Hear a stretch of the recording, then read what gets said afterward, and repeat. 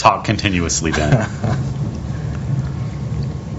Welcome to the Sports Show. I'm Andy Marks. And I'm Byron Saucer. We got a special edition of the Sports Show. We're going to do what we do best, which is handicap horse races.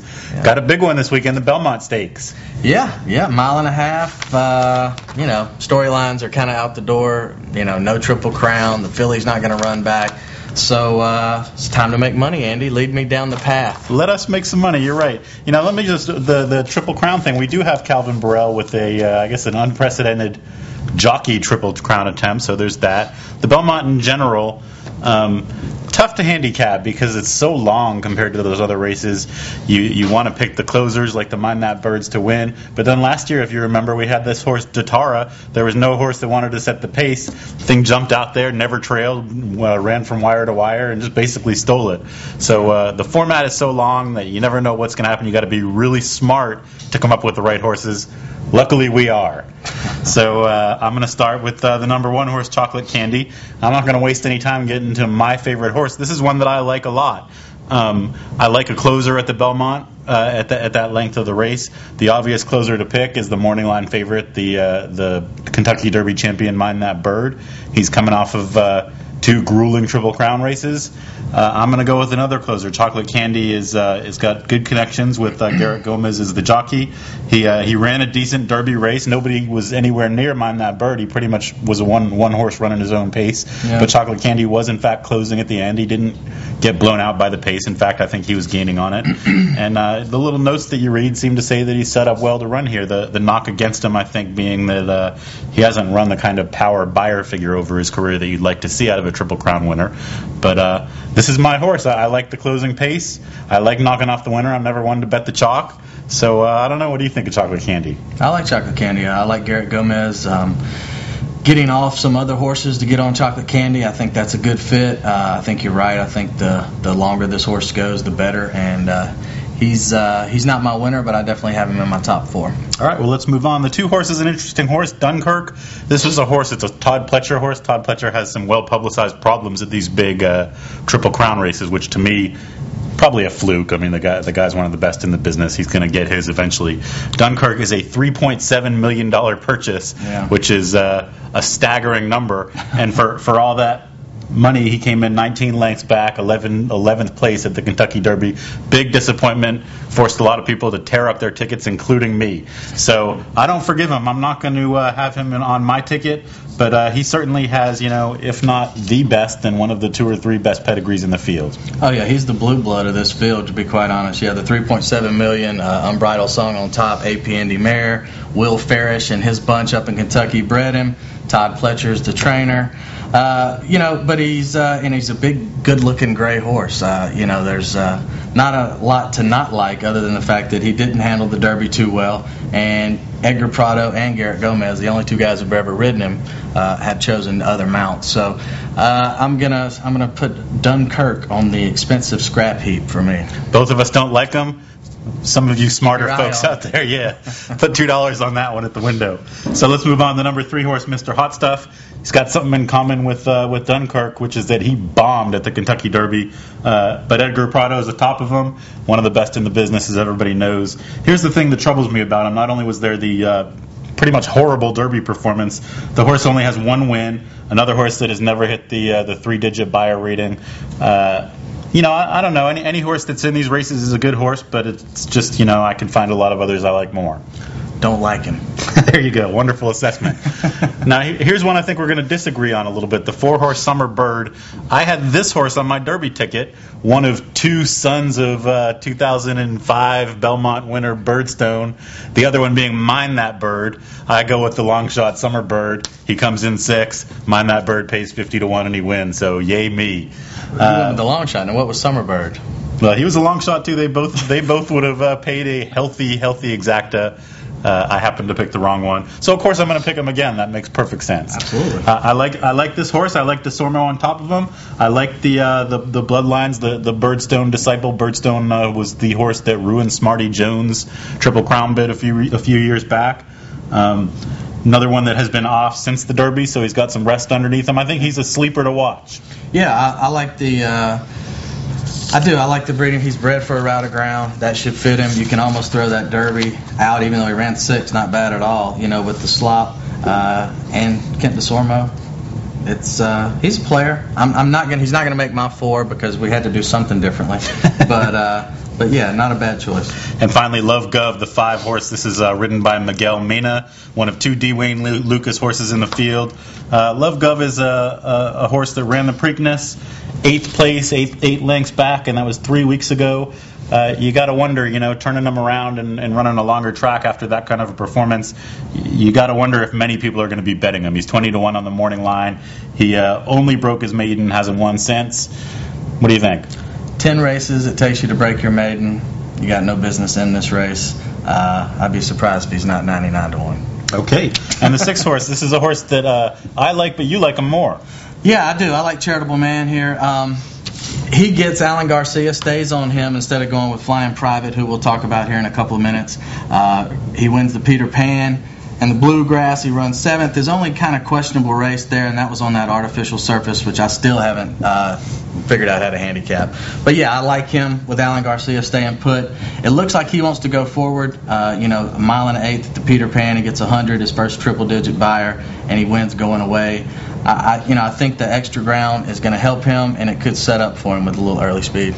I like this horse also. He's been over Belmont twice, won both races.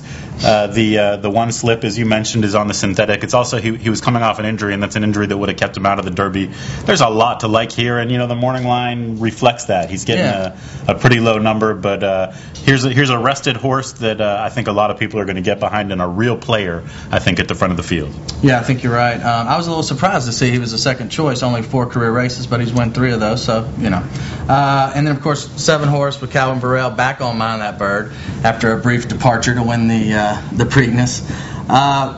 There's no way to keep this horse out. Sure. He's finally getting the respect he deserves. Now, I know we're talking about some of these guys. There's still 3-year-old horses here, so they're still developing. And Mind That Bird came into the Derby as a complete unknown, you know what I mean? No buyer figures to like, but the last 2, he's got a 105 and a 106 up. He's got his jockey back. He likes the route of ground. There's no reason he won't be in the thick of things. I think you can't leave him out of your exotics. Absolutely not. And his closing style, if you're going to pick one of the 3 Triple Crown races to get behind a closer, it's not the Derby, it's this one, because the leaders tend to burn out on that deathly long straightaway. Burrell, it would be a great story for Burrell. Who doesn't like him? It'd be a great story if he polishes off this Triple Crown. True. I'll tell you what, you can't not like a horse that wins the Derby and comes in second at the Preakness, so I don't not like him, but I've wanted to beat him all 3 of those races. It's going to be a short number, too. It's one of those things where you miss him at 50-1 now, you want to chase him at what? 2-1 if you're lucky. Even money probably with this field. So yeah, I understand that. I don't think you can leave him out, but I'm not gonna. He's not my win horse this time anyway. Yeah, I think we both are too scared of him to not have him on our tickets. Gelded horse too. So if he wins this race, he's going to be a player for a few years. That's going to be a name people are going to get to know. It'll be great. For once we'll get a horse we know is going to stick around and actually run the circuit, and that's good for the game. It's unfortunate for the owners. Right. But that's their problem. You can't undo it either. Too bad about that. So how about the 8? The 8, Flying Private. Here's a horse we both looked at. It's D. Wayne Lucas, Fusaichi Pegasus horse. Definitely well-bred, $700,000 yearling at Keeneland. There's a lot of things to like. What I don't like is 12 career starts and just a 1 win. Basically we got a horse who's broken his maiden. He's run 3 optional claiming races. A non-winners, other than Allowance, wasn't able to win any of those. Garcia gets off of him after a nice finish in the Preakness. Now he had a 102, which was otherworldly for him, and only got beat 4 lengths in the Preakness. But I don't like Garcia getting off, and I don't like 12. Post parades in 1 winner circle. Right. I immediately flocked to this horse. I liked him. I wanted to find a reason to go with him because the jockey is the hottest jockey in the business, Leparoux. We've got D. Wayne Lucas, a great trainer up there in New York. But you're right. The stuff that you mentioned to me sticks out like a sore thumb, I should say. Did run a nice 102 buyer at the Preakness. That was only good for a 4th place finish, and it was a finish behind another horse in this field. Mm-hmm. So I'm also looking somewhere else. All right, that moves us over to the 9, Miners Escape, Jose Lescano. Sorry about that, Jose. He's coming in. Another one who just broke his maiden and then won a little stake race over at Pimlico. I think he's just completely outclassed here. Let's move on. You got anything to say about it? I mean, it's Nick Zito at the Belmont, so, it's kind of like ruling out Calvin Burrell at the Derby, which I stupidly did. Don't be stunned if this horse shows up somewhere on the board. He's not the obvious choice, though.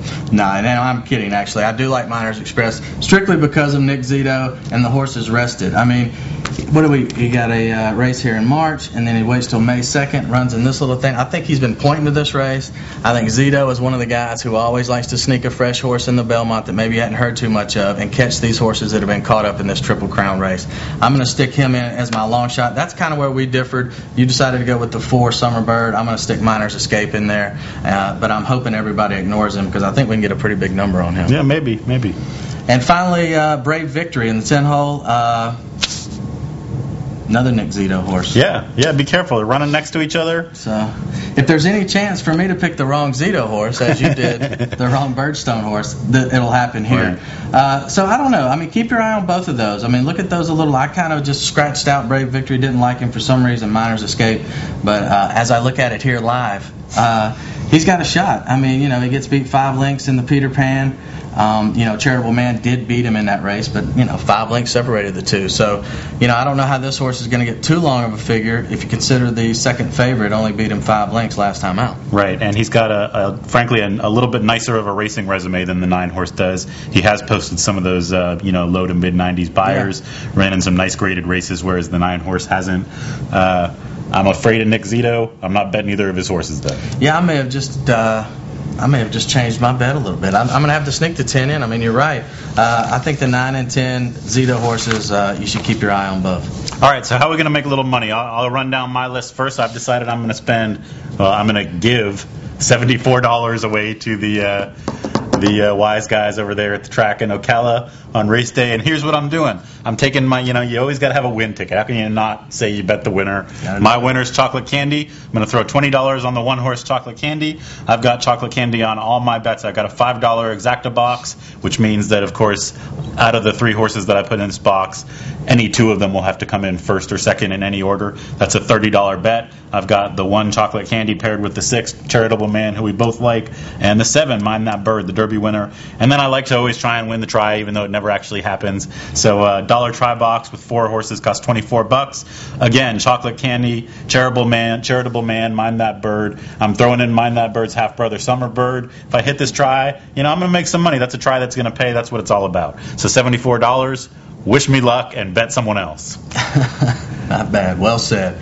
I'm actually going to take a $2 exacta box, put 4 in. I'd like to put 5 now, but I'll take the 1 horse Chocolate Candy, the 6 Charitable Man, the 7 Mind That Bird, and the 9 Miners Escape. That's a $24 bet. Also go with a try box, 4 horses, $1 on this, be a $24 bet.